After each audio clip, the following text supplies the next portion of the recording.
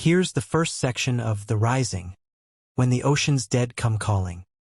The distress signal arrived just before midnight, a garbled transmission laced with static and something else. Something that made the hairs on Captain Elias Carter's arms stand on end.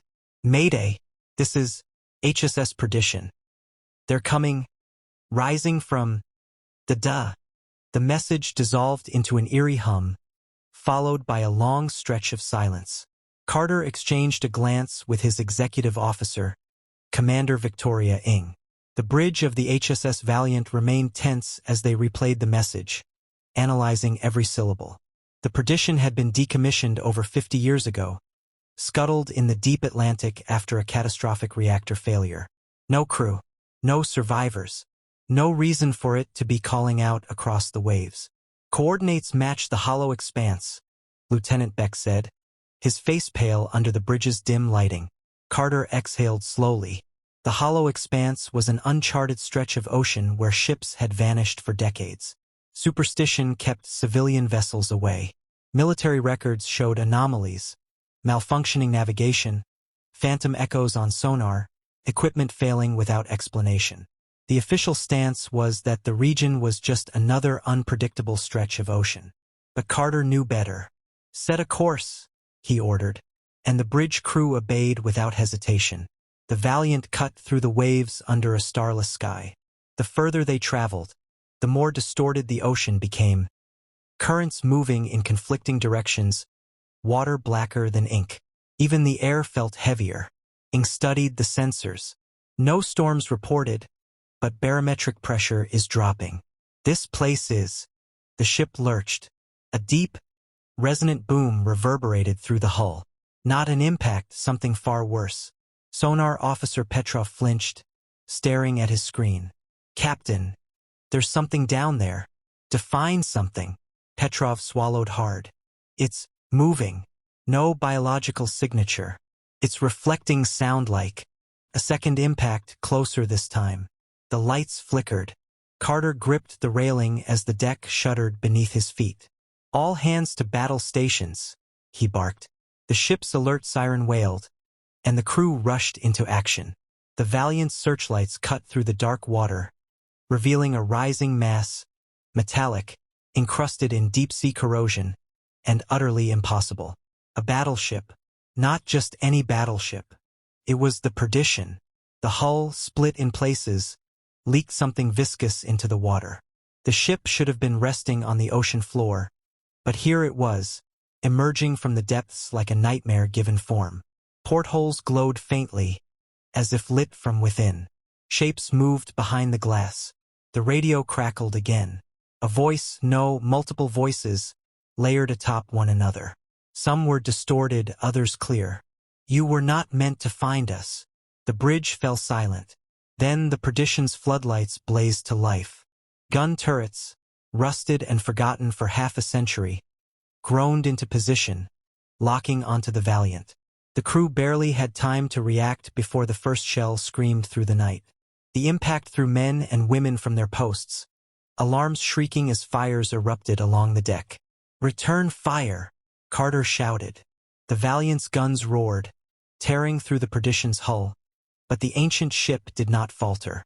The water around it churned violently, and then, from its decks, figures began to emerge.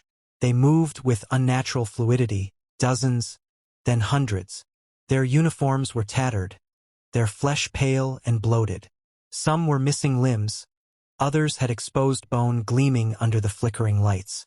But their eyes, those were the worst. Hollow, black as the abyss. A boarding craft approached. The things aboard it did not move like men. Carter knew then, this was no ship. It was a graveyard that refused to stay buried.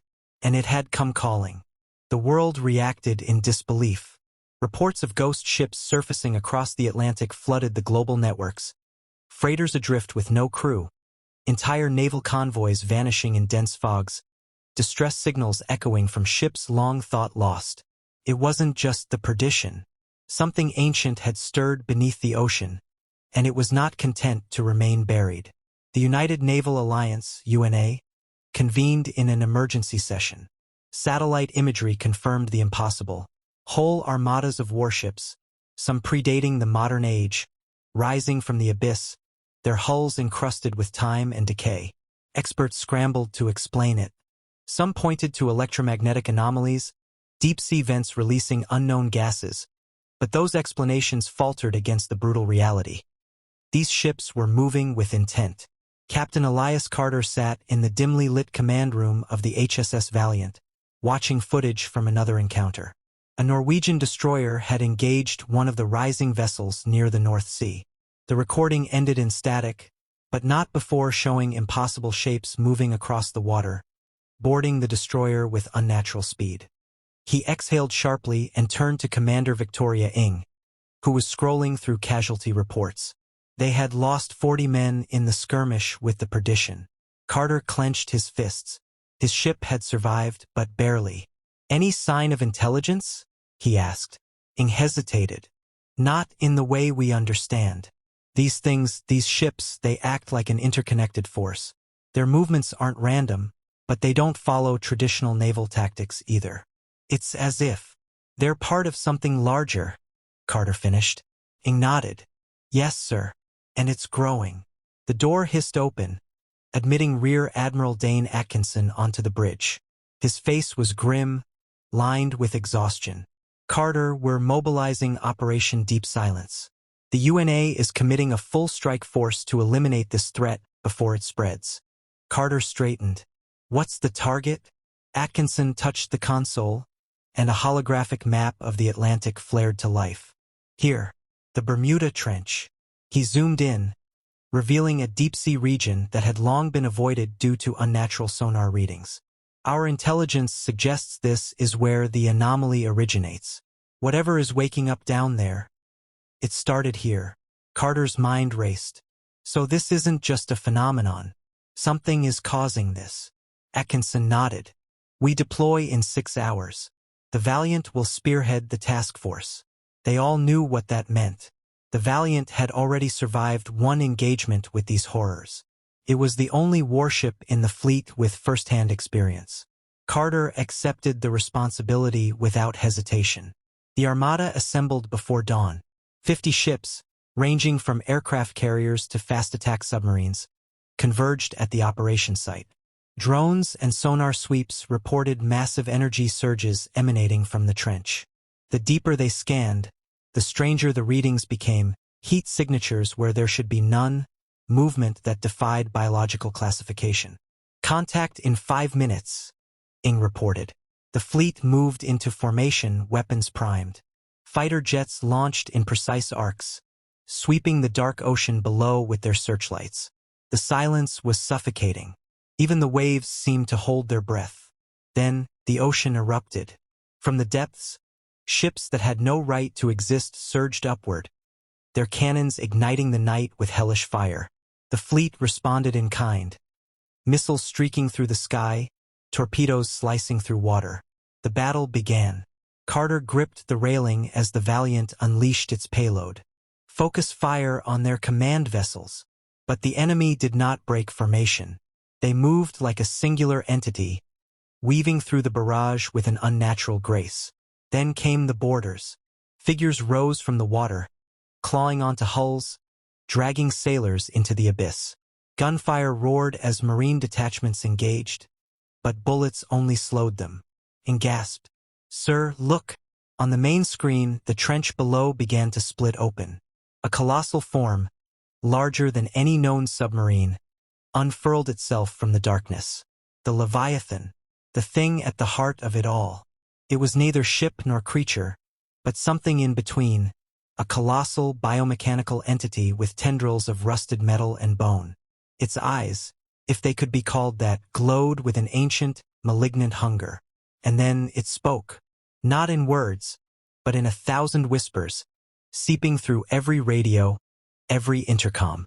Voices of the drowned, soldiers from wars long past, mothers calling for their lost sons.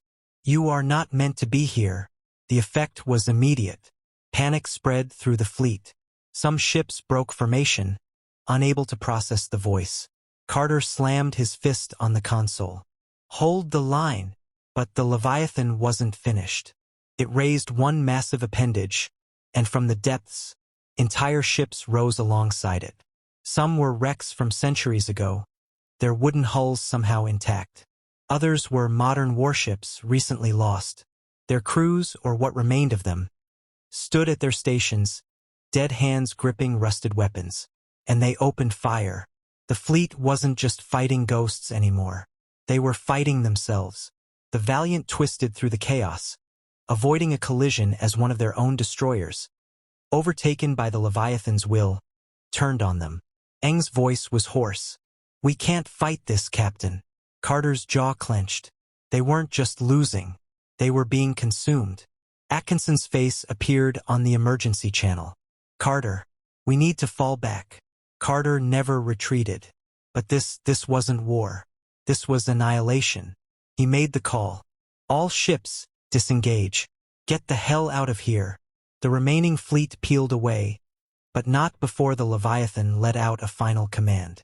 The ocean itself rose, forming a tidal wall that crashed down on the fleeing vessels. Carter barely had time to react before the Valiant was swallowed whole. Then darkness. For a moment, Carter thought he was dead. But when his vision cleared, the Valiant was still afloat, adrift, surrounded by debris. Fires burned on the horizon. The once mighty armada had been reduced to wreckage.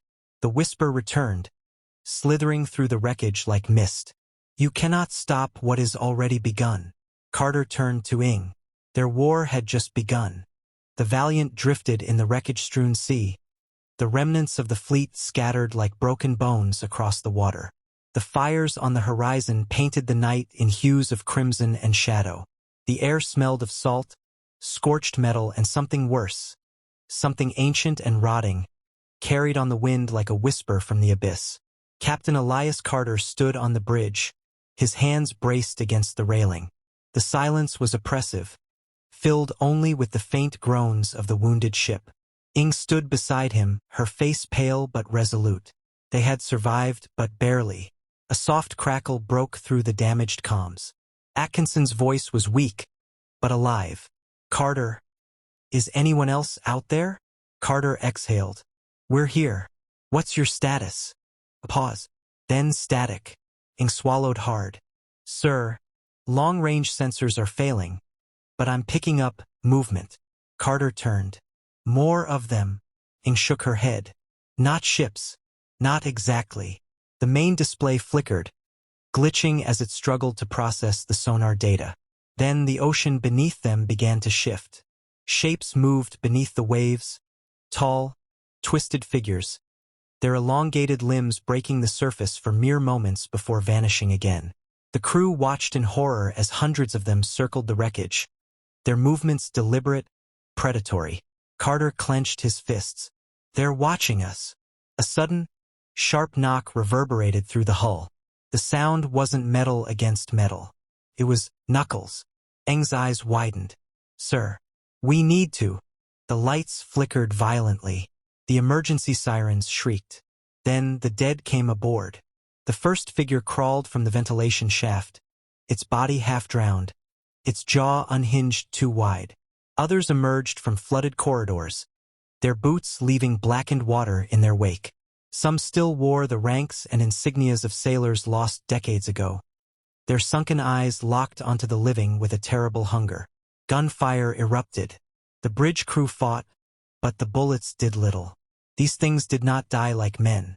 Carter drew his sidearm and fired, the shot punching through the skull of a figure in a tattered UNA uniform. It staggered, but its body kept moving, its hands still reaching. Aang swung her rifle, knocking another back. "We can't hold this position." Carter knew she was right. They had to move. "Fall back to engineering," he barked. "Seal the bulkheads behind us." The remaining crew sprinted down the corridors, the ship shuddering as more of the creatures clawed their way inside. The whispers from the comms grew louder, more insistent. "You were never meant to leave." They slammed the final bulkhead shut. For a brief moment, silence returned. Then a new voice crackled through the emergency comms. It wasn't human, but Carter recognized it. "Captain Carter, you should have drowned with the rest of them. The Leviathan." Carter's breath turned to ice. The ship lurched violently, metal groaning as if something massive had wrapped itself around the hull. The temperature dropped sharply, frost creeping across the consoles. Ing shivered. "Sir, I think it's trying to pull us under." Carter gritted his teeth. "No, not like this." He turned to the control panel, scanning for anything that could give them a fighting chance. The ship's reactor was still functional, albeit barely. They had one shot. He activated the comms. "All remaining crew, brace for emergency maneuvering." Eng's eyes widened.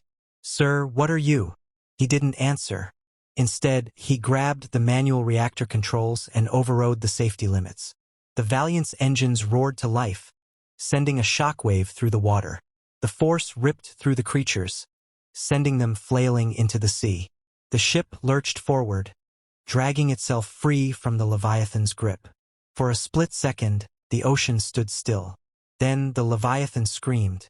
The sound wasn't just noise. It was memory, pain, rage. The comms exploded with voices, thousands of them, overlapping in agony. "You cannot escape. This ocean belongs to the dead." Carter's knuckles turned white on the controls. "Then let's see if they can burn." He rerouted every ounce of remaining energy into the ship's main guns. The Valiant turned and fired. The ocean erupted in fire and steel. The blast tore through the water, ripping apart the darkness. For the first time, the Leviathan reeled. The whispers stuttered, breaking apart like static. The twisted ships, the lost crews, the dead themselves, they hesitated. Carter seized the moment. "Get us out of here. Now." Ing didn't need to be told twice. The Valiant surged forward, escaping the choking grip of the abyss. Behind them, the Leviathan watched. It did not sink. It did not retreat. Simply waited. The last words it spoke followed them into the night. "Run while you can, Captain. The dead do not sleep forever." And in the depths, something stirred once more. The Valiant limped toward the last known coordinates of the remaining fleet, its hull scarred, its crew battered. Silence hung over the bridge, heavier than the ocean pressing in from all sides. They had escaped, but only just. The Leviathan had let them go. Not out of mercy, never that. It had allowed them to run because it knew something Carter was only beginning to understand. This was not the end. Ing stood at the navigation console running scans. The data was fragmented, corrupted by whatever unnatural force had emanated from the trench. But one thing was clear. They were not alone. "Sir," Ing said, voice barely above a whisper. "I'm detecting signals. Weak, but human." Carter straightened. "Survivors. Can we get a location?" "Approximately 40 miles east. But there's interference. Something is distorting the readings." Carter nodded. "Plot a course. Full speed ahead." The ship groaned as its engines fired, pushing forward through the churning sea. Every officer on the bridge felt the same unease. This wasn't over. The Leviathan had sent a message, a warning wrapped in ancient whispers, and though they had escaped, its voice still lingered. Hours passed. The ocean stretched endlessly, a black void beneath a sky stripped of stars. And then, wreckage appeared on the horizon. Bodies floated in the water, their faces pale, their eyes open, unblinking. Not all of them were dead. Some twitched. Some moved. Carter's stomach tightened. These weren't just casualties. They had been changed. The Valiant slowed as rescue teams deployed. The first survivor pulled aboard was barely conscious. His uniform burned, his skin slick with a black, tar-like substance. His lips moved, but no sound came out. Ing knelt beside him. "Get medics." A garbled whisper slithered from his throat. Not words, something deeper, older. Carter recognized it immediately. The same language that had seeped through the comms in the trench. The same whispers that had crept into their minds. It was speaking through him. Then, suddenly, the survivor's eyes snapped open. His body convulsed violently, spine arching, mouth stretched in a soundless scream. The black substance on his skin began to spread, veins darkening as something within him took hold. "Contain him!" Carter barked, but it was too late. The survivor's body twisted unnaturally, his bones cracking as he lunged at the nearest crewman. His movements were wrong, too fast, too fluid. Gunfire erupted. The bullets tore through him, but he did not fall. The thing that had once been a man kept moving, kept changing. The air grew colder, the ship's lights flickered, and then, the comms exploded with whispers. They belong to the sea now. Carter grabbed the intercom. All hands, secure all decks. Do not engage unless absolutely necessary. Eng's voice was tight. Sir, we shouldn't have stopped. Carter knew she was right. This wasn't just about the Leviathan anymore. It had spread. The abyss was no longer contained to the depths. It was crawling into their world. Helm, Carter ordered. Get us out of here. Now. The Valiant surged forward, leaving the dead behind. But something followed. It wasn't just the bodies in the water. It was the ocean itself. The waves began to rise, surging unnaturally, not from wind or storm, but from something beneath. A shape moved under the surface, vast and indistinct. Not a single entity, but many. The comms buzzed with static. Then, a voice, Atkinson's voice. Carter. The words were wrong, stretched and distorted. We never made it. Impaled. Sir. The Admiral's signal. It's coming from below. Carter felt his pulse pound. Atkinson was dead. He had to be. Then why was his voice still calling out? The ship's instruments began to fail, screens flashing with impossible readings. Every dial spun wildly, alarms screaming as the sea itself turned against them. Carter clenched his jaw. Brace for impact. The ocean erupted. Something massive broke the surface, its form shifting, impossible to fully comprehend. A towering silhouette, tangled with metal and bone, rising from the abyss. Then Carter saw the faces. Not just Atkinson. All of them. The lost. The drowned. The fleet that had perished. Their bodies were woven into the thing's form, their mouths mouthing silent words, their hands reaching for the living. Eng's breath hitched. My God! The Leviathan was not alone. It had made more. And it wasn't finished yet. Carter gripped the controls. They were out of time. They had to warn the world. Send a transmission. Full broadcast. Let them know what's coming. Eng hesitated. Sir, if we do that, we don't have a choice. She nodded grimly. Aye, Captain. As the Valiant turned away, the transmission rippled outward, carrying a message no one wanted to hear. The ocean is waking up, and it's coming for us all.